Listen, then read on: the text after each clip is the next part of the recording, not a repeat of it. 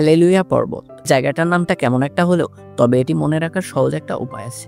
দুনিয়া জুড়ে সাড়া ফেলে দেওয়া ইংরেজি ছবি অ্যাভাটারে যে হ্যালেলুয়া পর্বত দেখানো হয়েছিল তা আসলে এই অরণ্য আদলেই তৈরি। অ্যাভাটার সিনেমা তৈরি হওয়ার আগে চীনের পর্যটকরা এখানে বিশেষভাবে আসতেন না। ওই ছবিটায় আমাদের চোখ খুলে দেয়। ওই সিনেমার ওয়েবসাইটে লেখা আছে প্যান্ডোরার আকাশে ভেসে থাকা কিছু পাহাড় নিয়েই এই হ্যালেলুয়া পর্বত। জমি থেকে যেভাবে মেঘ আর কুয়াশার চাদর ভেদ করে পাহাড়গুলো উঠে এসেছে সেটা দেখে মনে হচ্ছিল যেন এক অপার্থিব দৃশ্য। হ্যাঁ বন্ধুরা, আজকে ভিডিওতে আমরা আলোচনা করব এমনই এক ইন্টারেস্টিং বিষয় নিয়ে। আমরা অ্যাভাটার সিনেমায় যে পাহাড়গুলো দেখতে পেয়েছি সেই পাহাড় সম্পর্কে আমরা কয়জনই বা জানি। আজকের ভিডিওতে আমরা সেই সম্পর্কেই তুলে ধরার চেষ্টা করব, তাই ভিডিওটি স্কিপ না করে সম্পূর্ণ ভিডিওটি দেখার জন্য অনুরোধ করা হল। তার আগে আপনি যদি আমার চ্যানেলে নতুন হয়ে থাকেন তাহলে চ্যানেলটি সাবস্ক্রাইব করে পাশে থাকা বেল আইকনে একটা ক্লিক করে দিবেন। প্রকৃতি যে কতটা সুন্দর তা এই হ্যালেলুয়া পর্বত দেখলেই বোঝা যায়। মাটি থেকে 1080 মিটার উঁচু এই স্তম্ভ সহ পুরো দৃশ্যপটটাই খয়েরি, তবে এই পাহাড়ের মাঝেই কেউ যেন সবুজের ছিটে লাগিয়ে দিয়েছে। আসলে স্তম্ভগুলোর গায়ে ঘন সবুজের ঝোপঝাড় গজিয়ে উঠেছে। আপনারা যদি কেউ পাহাড় ভালোবেসে থাকেন তাহলে এই হ্যালেলুয়া পর্বতে ঘুরে আসতে পারে, কারণ পাহাড় ভালোবাসা মানুষদের কাছে এই হ্যালেলুয়া পর্বত হয়ে উঠবে অত্যন্ত আনন্দের একটা বিষয়। আর এই পাহাড় ভালোবাসা মানুষগুলোই এখানে আসে এই পাহাড়ের সৌন্দর্য দেখার জন্য। স্বর্গ আর পৃথিবীকে জুড়েছে যে পর্বত, এই হ্যালেলুয়া পর্বতকে ডাকা হতো কিয়ানকুন নামে। শব্দটার অর্থ হলো স্বর্গ আর পৃথিবী,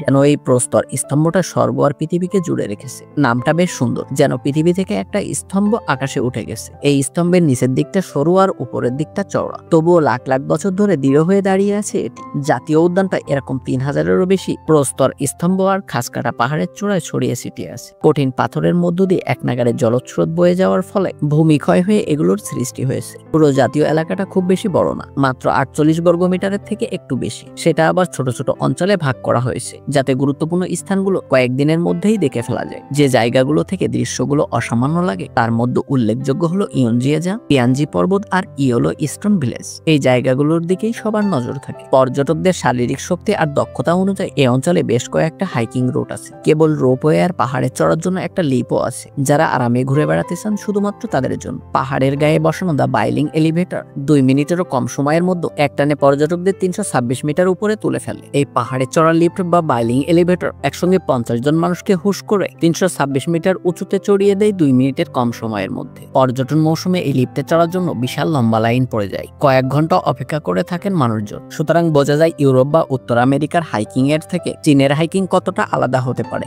এই পাহাড়ের চূড়ায় একটা ফুড কোর্টও আছে, আরো আছে ম্যাকডোনাল্ডস আর কিছু স্ট্রিট ফুডের দোকান। এই পর্বতগুলোর এক একটা জায়গার এক এক রকম নাম দেওয়া হয়েছে। Fields in the sky, number 1 bridge under heaven, 3 stars peaks, ecstasy terrace ইত্যাদি। এই পাহাড়ের চূড়া মাঝে মাঝে কুয়াশার আবরণে ঢাকা পড়ে যায়, সেটা দেখে যে কোনো মানুষের মনটা আনন্দে ভরে উঠতে পারে, ঠিক যেন হাতে আঁকা চীনা প্রথাগত একটা ছবি চোখের সামনে জীবন্ত হয়ে উঠেছে। এই পাহাড়ের গা ঘেয়ে বয়ে চলা ছোট্ট একটা জলধরা গোল্ডেন হুইপ স্টিম, যার চীনা নাম জিয়ানবিয়ান। এই পাহাড়ের চূড়ায় পথ চলাটা বেশ একটা সহজসাধ্য ব্যাপার, তবে এই পথের কয়েকশো মিটার উপরে যাওয়ার পরে ভিড়টা একটু হালকা হয়ে যায়। তাই পাথর ও স্তম্ভগুলোর নিচ থেকে উপর থেকে আরেকটা আকর্ষণীয় ভিন্ন আঙ্গিক চোখে পড়বে। বিশ্বের দীর্ঘতম কেবল কার।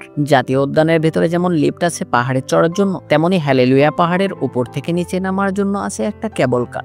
8 আসনের গন্ডোলাটায় ঘিরে মানুষের উত্তেজনার শেষ নেই। এটা আসলে বিশ্বের দীর্ঘতম কেবল কার। পাহাড়ের চূড়ায় পৌঁছতে এই কেবল কার সময় নেই মাত্র আধা ঘন্টা। মাথার চুল খাড়া করে দেওয়ার মতো খাড়া চড়াই পেরোতে হয় এই পথে। আর চারিদিকে পাহাড়ি চূড়াগুলোর আর পাহাড়ি পথের 360 ডিগ্রি দৃশ্যপট দেখা যায়। পুরো পথের মধ্যে 99টি তীক্ষ্ণ বাঁকও আছে। এই কেবল কার আসলে দুর্বল চিত্ত মানুষের জন্য নয়, এখানে আছে অসংখ্য কাঁচের ব্রিজ আর খাড়া পাহাড়ের ধার দিয়ে চলার পথও আছে। সুতরাং এই জায়গাটি দুর্বল মানুষের জন্য নয়। এই পর্বতে আপনার চোখে পড়বে গুহা আর খিলান, যেটা দুটো পাহাড় চূড়াকে জুড়েছে। চীনের লোকগাথায় বলা হয় এই খিলানটাই হলো স্বর্গের দুয়ার, সেজন্য স্থানীয়ভাবে এই পাহাড়ের নাম তিয়ানমেনশন বা স্বর্গের দুয়ার পর্বত। 999টা সিঁড়ি বেয়ে গুহার মুখে পৌঁছানো ব্যাপারটা অত্যন্ত আনন্দের, কারণ কষ্টের পরে অর্জিত বিষয়টাই আমাদের কাছে অনেক বেশি আনন্দের মনে হয়। আজকের ভিডিওটি এই পর্যন্ত। ভিডিওটি যদি আপনাদের কাছে ভালো লেগে থাকে তাহলে বন্ধুদের সাথে শেয়ার করতে পারে। আর আপনাদের ভিতরে কে এই অ্যাভাটার বা হ্যালেলুয়া পর্বতে ভ্রমণ করতে চান তারা অবশ্যই কমেন্ট বক্সে জানাতে ভুলবেন না। দেখা হবে পরবর্তী ভিডিওতে, ততক্ষণ পর্যন্ত ভালো থাকবেন, সুস্থ থাকবেন।